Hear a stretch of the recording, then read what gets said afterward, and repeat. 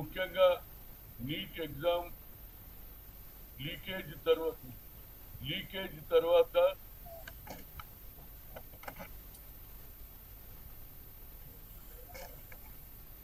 Cockroach Janata party అనే students wing యావత్ భారతదేశంలో పెద్ద ఎత్తున, నేను అనుకుంటాను బహుశా నా జీవితంలో ఎన్నడూ చూడలే అంత జనం పార్లమెంటు మొదలుపెట్టిన రోజు 20వ తేదీన లక్షలాది మంది రావడం జరిగింది.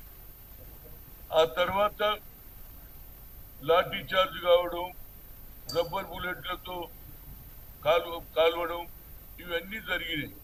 జరిగిన తర్వాత నిన్న పార్లమెంట్లో రాహుల్ గాంధీ గారు ముఖ్యంగా నా ఉద్దేశంలో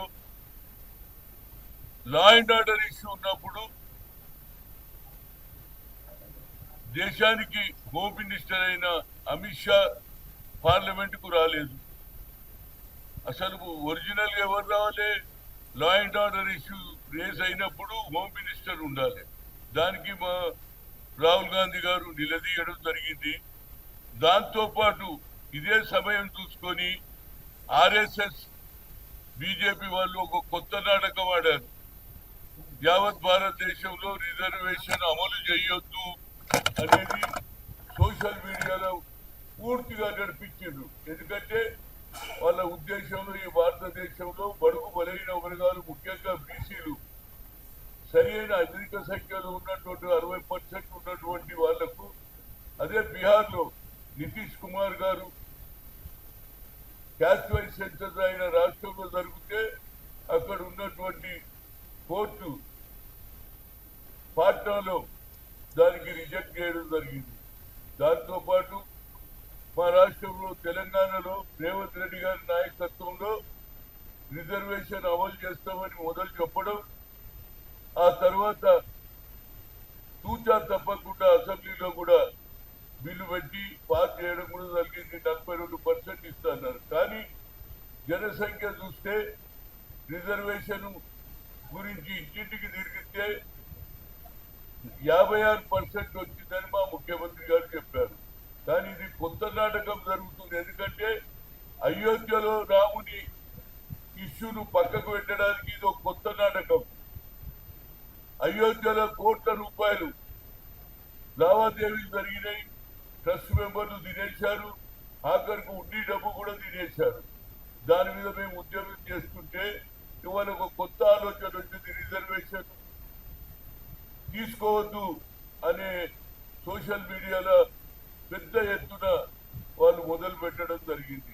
నేనేమంటున్నాంటే బీజేపీ నాయకులకు అడుగుతున్నా, అయ్యా రాముడు అనేవాడు మీ ఒక్కరికే నాయకుడు కాదురా బాబు, మా అందరికీ కూడా నాయకుడే, దేవుడు ఆయన ఇష్యూను పక్కకు పెట్టడానికి ఇప్పుడు మీ ఓబీసీ ఏదైతే కులగన జరగొద్దు, రిజర్వేషన్ పెంచొద్దు అనే ఉద్దేశంలో వీళ్ళు ఒక కొత్త నాటకం ఆడుతున్నారు. దానికి నేనేమంటున్నాంటే గతంలో మండల్ కమిషన్ ఇష్యూలో యావత్ భారతదేశంలో అగ్గి మొదలైంది. అదేవిధంగా ఇవాళ ఎవరైతే దీనికి ఆలోచన, ఈ దేశానికి ప్రధానమంత్రి మొట్టమొదటిసారిగా ఒక ఓబీసీ అయ్యాడు.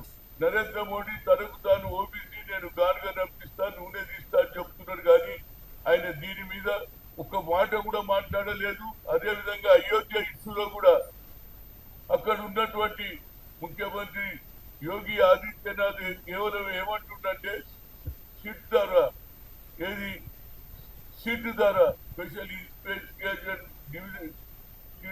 దాని ద్వారా జరుగుతుందంటే దాని మీద మాకు నమ్మిక లేదు.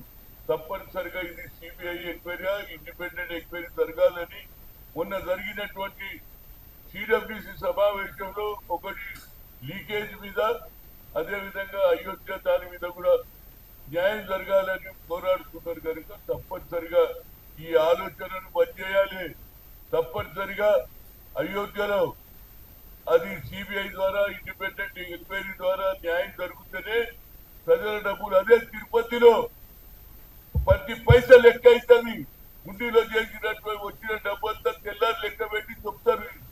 ఇది ఇలా 4,70,00,000 వచ్చిందని చెప్తారు. అక్కడ చెప్పేటోడే లేడు. ప్రజలించిన బంగారాన్ని కరగబెట్టేసి కర్ణాటకలో కడ్డీల ద్వారా అమ్ముకుంటారు. చేసుకుంటారు, రియల్ ఎస్టేట్ బిజినెస్ చేస్తున్నారు, స్టాక్ ఎక్స్చేంజ్ లో డబ్బులు పెట్టుకున్నారు. ఎవరబ్బో సొమ్మురాబో మీరు? అదే తిరుపతిలో వచ్చిన డబ్బు ప్రతి ఒక్క పైసా లెక్క చేసి ప్రజల పక్షాన అక్కడ హాస్పిటల్ కట్టిస్తారు, స్కూల్ కట్టిస్తారు. ఈ విధంగా అదే విధంగా జిల్లాలలో టెంపుల్ పెడుతున్నారు వెంకటేశ్వర స్వామి. కనుక ఇక్కడ ఏం జరుగుతలేదు కాబట్టి ఏదైనా నేను ఓబీసీ ఎంపీస్ కన్వీనర్ గా అదే సోనియా గాంధీ గారు అగ్ర కులాల్లో పుట్టిన ఆ రోజులలో సుప్రీంకోర్టు ఐఐఎం లో రిజర్వేషన్ లేదని చెప్పినా దానికి మేము దాన్ని ఖండిస్తే అప్పుడు ఆ డిసిషన్ తర్వాత ఆల్టర్నేట్ ఒకటే అడిగిన, madam talent is not anybody's property, God has given to everybody, but we should give opportunity. అంటే ఏం చేయాలన్న అప్పుడు అమ్మా మన ప్రధానమంత్రికి ఒక మాట చెప్పండి, పార్లమెంట్ లో బిల్లు పెట్టండి, తప్పనిసరిగా బడుగు బలైన వర్గాలకు బీసీలకు న్యాయం జరుగుతుందంటే ఆ అమ్మాయి పెట్టింది కాబట్టి ఐఐఎం రిజర్వేషన్ వచ్చింది. అదే విధంగా all India institute of medical డాక్టర్లు అయ్యారు. నేనేమంటున్నాంటే ఎక్కువ సంఖ్యలో ఉన్న జనాభాకు దేశ స్వాతంత్రం వచ్చి 78 ఏళ్ళైనా ఈనాడు కూడా బీసీలకు అన్యాయం జరుగుతున్నది. అన్ని కుల సంఘాలు కూడా ఇవాళ రోడ్ల మీదకి వచ్చింది. అదే మా రాహుల్ గాంధీ అన్నారు, కన్యాకుమారి నుంచి కశ్మీర్ వరకు మ్యారథాన్ వాక్ చేసిన తర్వాత నేను నిన్నటి వరకు ఎస్సీలకి అన్యాయం అనుకున్న వారికంటే ఎక్కువ బీసీలకు ఎక్కువ సంఖ్యలో ఉన్నటువంటి వారికి అన్యాయం జరుగుతుంది అని ఏమన్నాడు, we come to the power, we conduct caste wise census. అంతటితో ఆగలే, దిద్దిన ఇచ్చేదాని ఉంది బాగిద అకార్డింగ్ టు దేర్ పాపులేషన్ చేస్తారు. అదే విధంగా సుప్రీంకోర్టు చీఫ్ జస్టిస్ కూడా అన్నారు, కొందరు పోయి పార్లమెంట్ లో ఈ రిజర్వేషన్ ఆపాలని. కానీ ఆయన ఏమన్నాడు, తప్పనిసరిగా బడుగు బలైన వర్గాలకు బీసీలకు న్యాయం జరగాలంటే వాళ్ళ సంఖ్య తెలవాలి. According to their population wise అయితే వారికి ఉద్యోగాలలో, పదవులలో, అభివృద్ధిలో అన్నిటి కూడా ఉపయోగపడుతుందని చెప్పారు. కానీ ఇవాళ దేశానికి ప్రధానమంత్రి ఓబీసీని కూడా ఓబీసీలకు న్యాయం చేస్తలేడు. కాబట్టి దీని మీద తప్పనిసరిగా ఇది ఏదైనా కింద మీద జరిగితే మాత్రం యావత్ భారతదేశంలో అల్లకల్లోలం అవుతుంది. రేపు బీజేపీ నామరూపాలు లేకుండా ఎన్డీఏ ప్రభుత్వం రాకుండా చూడడానికి మా ఛాయశక్తి. ఎందుకంటే మేము న్యాయమైన కోరిక అడుగుతున్నాం రా బాబు. అయ్యా మేము ఓట్లేసే విషయంలోవా, కేవలం మేము ఓట్లే వేయాలన్నా, మిమ్మల్ని గెలిపియాలన్నా? అరే మీరు తీసుకున్నారుగా ఈడబ్ల్యూ అగ్రకులాలలో 10% పేదవాళ్ళు ఉన్నారంటే నరేంద్ర మోడీ గారు బిల్లు పెట్టారు, పాస్ చేసుకున్నారు. ఇవాళ మాకు క్యాస్ట్ వైజ్ సెన్సస్ ఎందుకు చేయరు? ఇవాళ సరళ పెట్టారు, ఏది ఎస్సీ ఎస్టీలకు పెట్టారు, మరి అందులో ఓబీసీలకు పెట్టలేదు. కాబట్టి తప్పనిసరిగా ఒక పెద్ద కుట్ర జరుగుతున్నది. ఈ కుట్రకు వ్యతిరేకంగా ప్రతి పౌరుడు, ప్రతి స్త్రీ ఈనాడు రోడ్ల మీదకి వచ్చే పరిస్థితి ఉన్నది. ఇప్పటికన్నా ఏదైతే బీజేపీ ఆర్ఎస్ఎస్ ఆలోచన చేస్తుందో ఆ ఆలోచనకు వ్యతిరేకంగా ప్రజలు తిరగబడే రోజు వస్తుంది. కనుక తప్పనిసరిగా క్యాస్ట్ వైజ్ సెన్సస్ జరగాల్సిందే. అదే విధంగా పార్లమెంటులో తప్పనిసరిగా బిల్లు పెడితే మా సంఖ్య ఎంతో తెలుస్తుంది. ఆ తర్వాత మీరు నిర్ణయం తీసుకోండి. ప్రతి పార్లమెంట్ లో, ప్రతి అసెంబ్లీలో మా సంఖ్య ఎక్కువ, బీసీలు ఎస్టీలు ఎక్కువ ఉన్నారు. మీరు 10% ఉన్నటువంటి రాహుల్ గాంధీ ప్రసాద్ చెప్పాడు, 90% మందికి అన్యాయం జరుగుతున్నది. 10% వాళ్ళే ఐఏఎస్ కానీ అందరు వాళ్ళే. ఎప్పటి వరకు ఇది జరుగుతుంది? కనుక ఇవాళ ఖబర్దార్ అంటున్నా, ఆర్ఎస్ఎస్ బీజేపీ ఇవాళ పిల్లల జీవితాలతో ఆడతారు.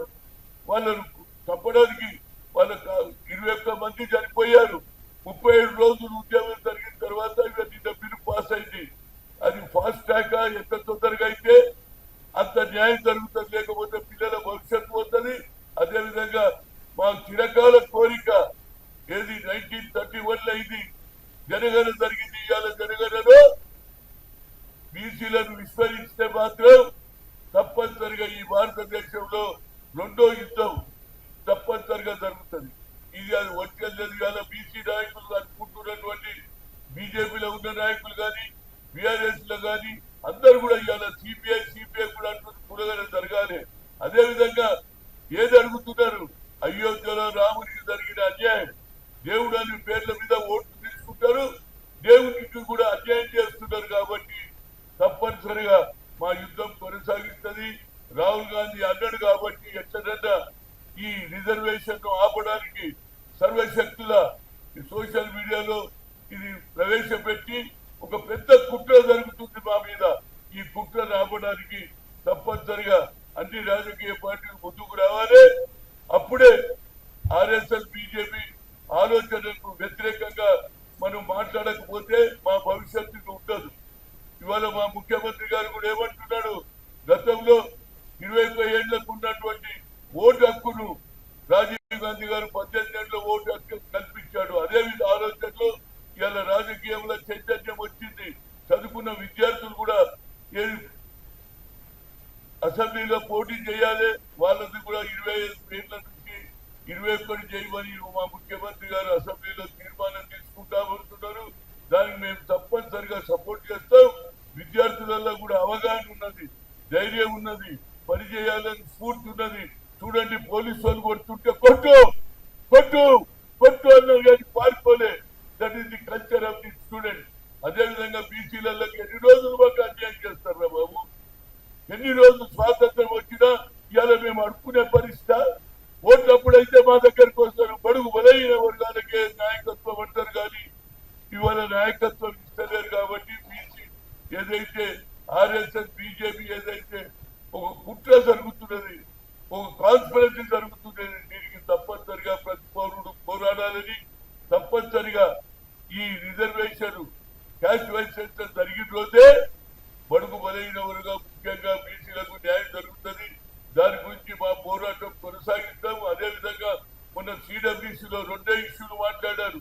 మల్లికార్జున ఖర్గే గారు కానీ, రాహుల్ గాంధీ గారు కానీ, అదేవిధంగా వేణుగోపాల్ గాని, ప్రియాంక గాంధీ గారు 2 ఇష్యూస్. ఒకటేమో లీకేజ్ మీద మనం పోరాడాలన్నారు, ఇంకోటి అయోధ్యలో జరిగిన అవినీతి మీద తప్పనిసరిగా చర్చ జరగాలంటున్నారు. దీని మీద తప్పనిసరిగా ప్రతి ఒక్కరు కూడా దీని మీద ఆలోచన చేసి ఆ తప్పు జరిగితే మాత్రం యావత్ భారతదేశంలో మళ్ళా నామరూపాలు లేకుండా నిన్నటి వరకు అయోధ్య పేరు మీద, రాముని పేరు మీద ఓట్లు తీసుకున్నారే, ఆ రామునికే ఇవాళ మీరు అన్యాయం చేస్తుంటే మేము కూర్చునేది లేదు. తప్పనిసరిగా మేము ఈ పోరాటం కొనసాగిస్తాం. గతంలో తెలంగాణ మూవ్మెంట్ కూడా ఎవరి వల్ల వచ్చింది? విద్యార్థుల వల్ల. ఉస్మానియానా, కాకతీయనా, వాళ్ళ వల్లనే ఈనాడు ఉద్యమం వచ్చింది. అదేవిధంగా ఈ ఉద్యమం కొనసాగుతుంది.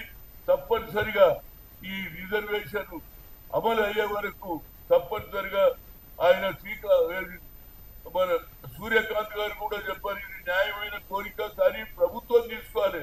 ఎందుకు తీసుకోవే? నీకు నువ్వే ఓబీసీ అంటావు, మేమందరం సంతోషపడ్డావు. ఇప్పటికి 3 సార్లు అయినావు, కానీ ఓబీసీల గురించి నువ్వు ఒక మాట మాట్లాడావు.